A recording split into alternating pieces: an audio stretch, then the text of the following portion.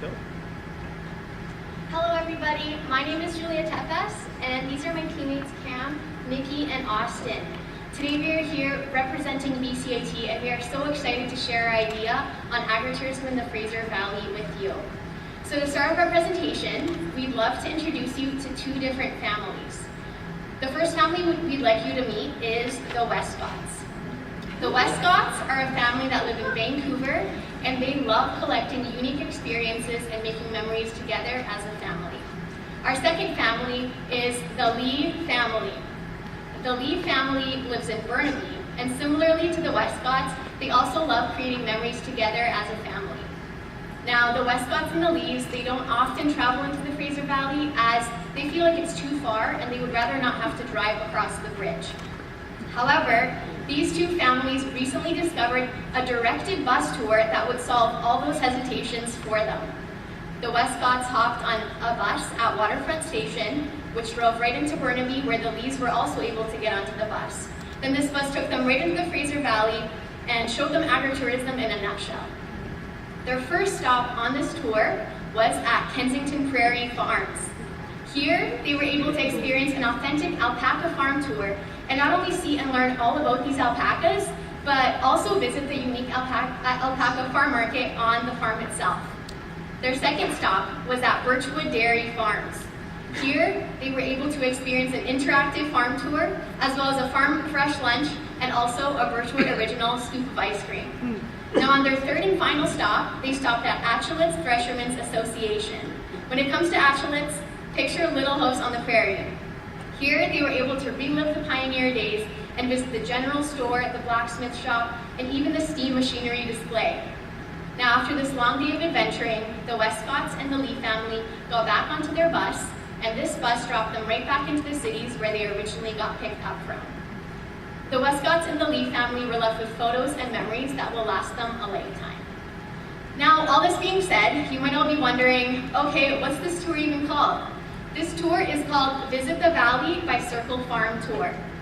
Visit the Valley is an easy way to increase visitation into the Fraser Valley while also showcasing the amazing attractions and activities that agritourism has to offer. Now that we understand and know our solution to this problem, Cam's going to be delving into the research that we found to back it up. Thanks, Julia. So when we first got this case, we wanted to go out to we drove out to the Fraser Valley, and we were lucky enough to meet with Ravina Sidhu, who's the marketing manager at Tourism Chilliwack, and is actually here today. This meeting proved to be invaluable for us because not only did Ravina help eliminate some of our early concepts, but she gave us insight into what she said was the biggest issue facing tourism in the Fraser Valley. Ravina explained that many people that live in Vancouver and the surrounding cities perceive the Fraser Valley to be further away than it really is. She thought part of this was due to the mindset of having to cross a bridge, as many people who otherwise are interested choose to go to Squamish instead. Our secondary research backed this up, as commuter data shows that only Chilliwack has more people than Vancouver that work and live in the same city, and that's not exposed to the real distance. Additionally, less and less people are actually driving cars. ICBC recently put out a report that found that in the Lower Mainland, only 50% of residents have an active insurance policy on their vehicles. And as ride-sharing services, things like Car2Go continue to gain popularity, less and less people are actually owning vehicles. Berkeley recently put out a study that found that in Vancouver, for every Car2Go vehicle in the city, 9 cars are either sold or never purchased to begin with. So after we looked at all this information, we decided we wanted to focus on families in the cities of Vancouver, Burnaby, and Richmond. The combined population of these cities exceeds 1 million people, and of that, 28% are considered to be in families. So we also wanted our tour to align with BC's Accessibility 2024 strategy. We feel that many people in BC either have or know somebody who has a disability, as BC stats says that 12.8% of our population does have a disability.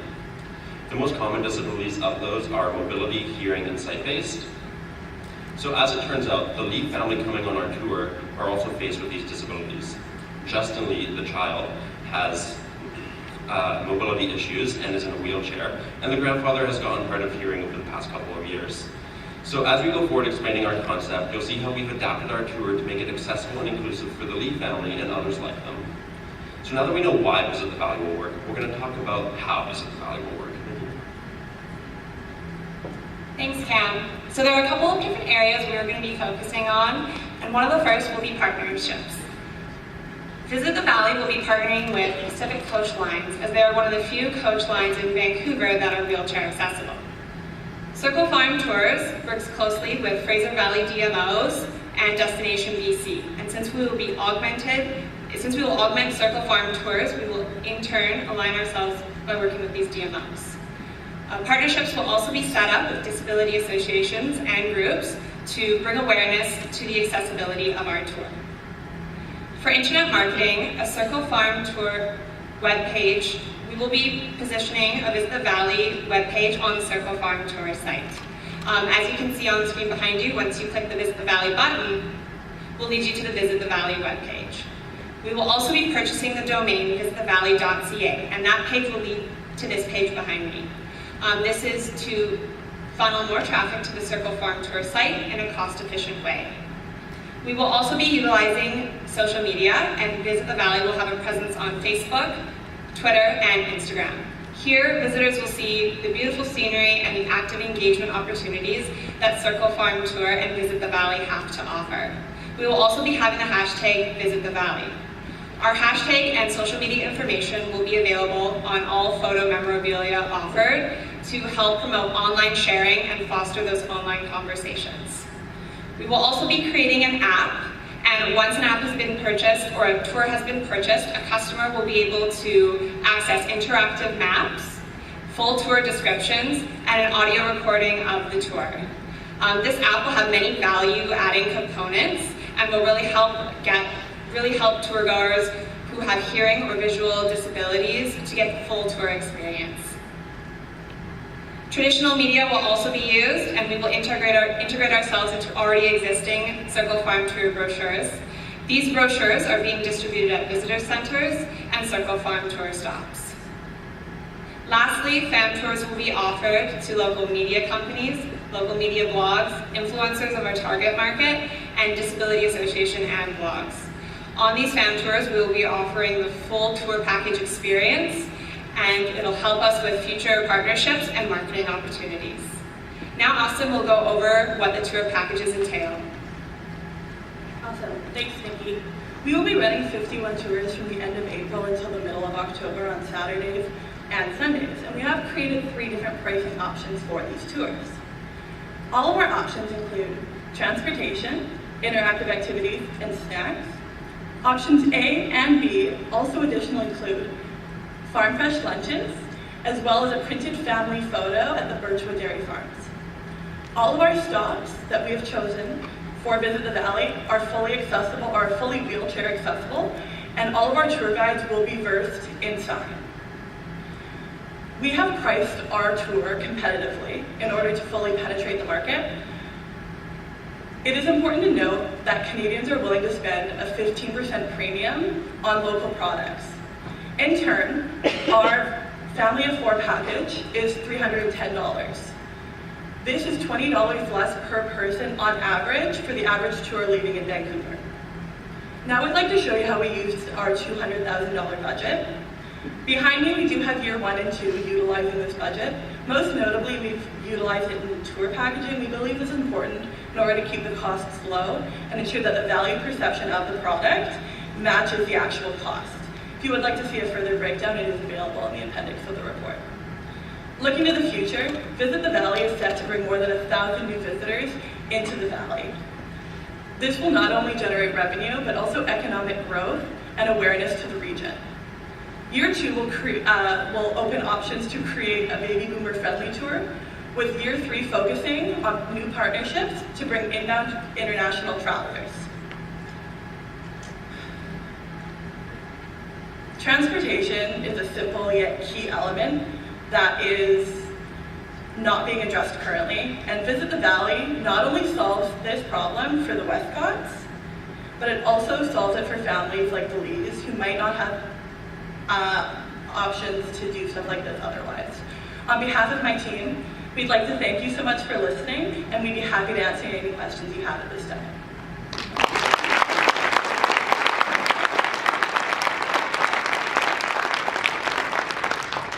Thank you very much, team. Again, you guys have done a lot of work on this, and you should be proud of yourselves. Very proud. A couple of questions that I do have. The examples of the families that you showed had some young children in there. And your tour starts at 9:30 in the morning and ends at 5:20 at night, saying there's no traffic issues, no weather issues, etc. Then you've got to get to the stations, back home, etc. You're looking at approximately anywhere between about a 12 to 13 hour day. With small children, I'd rather be on a handcart to you-know-where than have to be 14 hours a day with them. So how are you going to entertain the whole demographic that's going on the tour? So we actually did consider, I know I have a little brother, and dealing with that on a bus all day would be crazy. And when we talked to Morgan, who is in the Westcots, she also said the same thing, like her children would be going crazy. So it's why we do have like long stops, alongside the fact that our tour guides that are going to be present are going to be very interactive. We have discussed also having them teach sign language, because they will all be versed in sign, have the kids learn some new stuff, as well as the snacks. So I know, and we also have water. I don't know if we had mentioned that in our presentation, but we do have like water and snacks, and we're stopping for ice cream, and the sugar might be a problem. But we do think that like this would be it's a really cool, not only interactive, but like informative, and will hopefully keep everyone entertained. Does that sort of answer it? Yeah, perfect. Also, I usually sleep on the bus anyway, so they could potentially do that. Congratulations, and thanks for the added sign, the effort to include sign in your presentation. That's a nice addition and appreciated. Congratulations, great presentation, great business plan. Was so intrigued by the notion of doing pickups with a wheelchair, and I'm going to admit right up front, I'm going to lead you down a little bit of a path, because I did some research, but I want to see if you did equally some research. Okay? All right. So with your motor coach pickup, were there any stipulations on how far out you needed to reserve if you had special requirements? And were there any limitations to the wheelchairs that were capable of being picked up? And were there any other additional considerations you might want to add about that?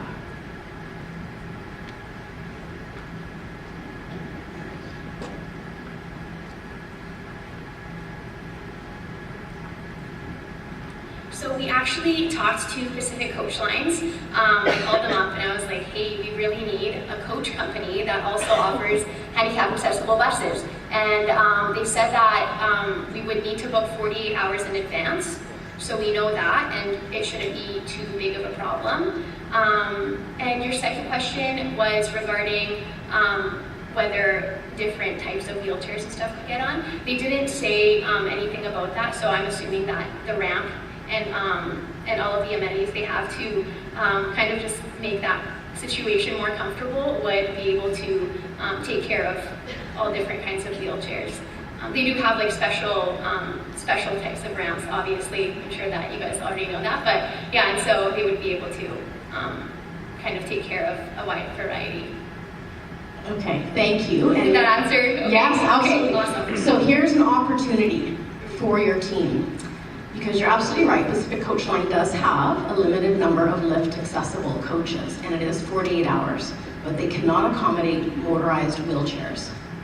And there's also on their website quite a bit of detail, but particularly what caught my eye is that they're only able to pick up and drop off, not do on-off service for those with disabilities. So I think there's a great opportunity to either work directly with Pacific Coach Lines or work with other transportation providers to see if there's a way to make it even more accessible to accommodate more individuals requiring those services. Thanks for looking into that. again, may I reiterate my congratulations to you, and I particularly actually enjoyed the PowerPoint presentation, and I think it's quite a clever tagline with the Visit the Valley.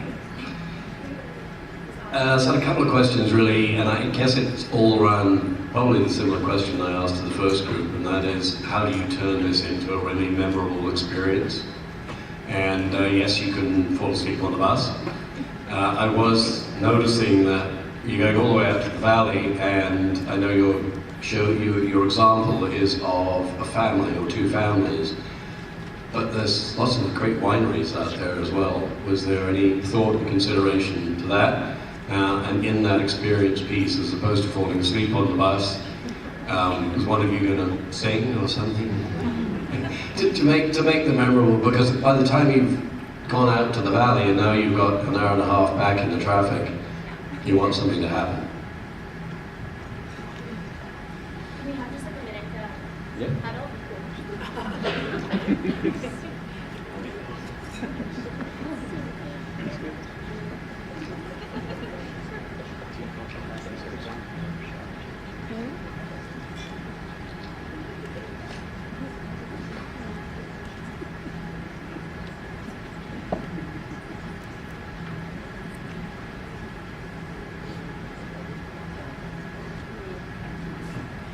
Thank you for your question. So, as far as it being a memorable experience all the way through the entire day, through our research and looking at the different stops that we did end up picking, they are pretty enjoyable. Especially, I think kids will enjoy them. And like Julia mentioned before, having the tour guides also teaching them sign language, I think even a lot of parents could get and have fun with that. Is something different not a lot of people know about.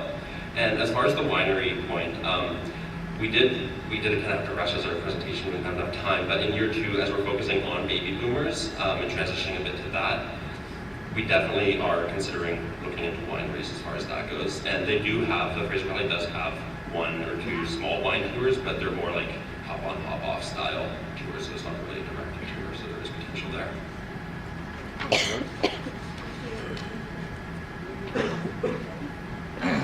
Perfect. Well, thank you. We're going to call up the last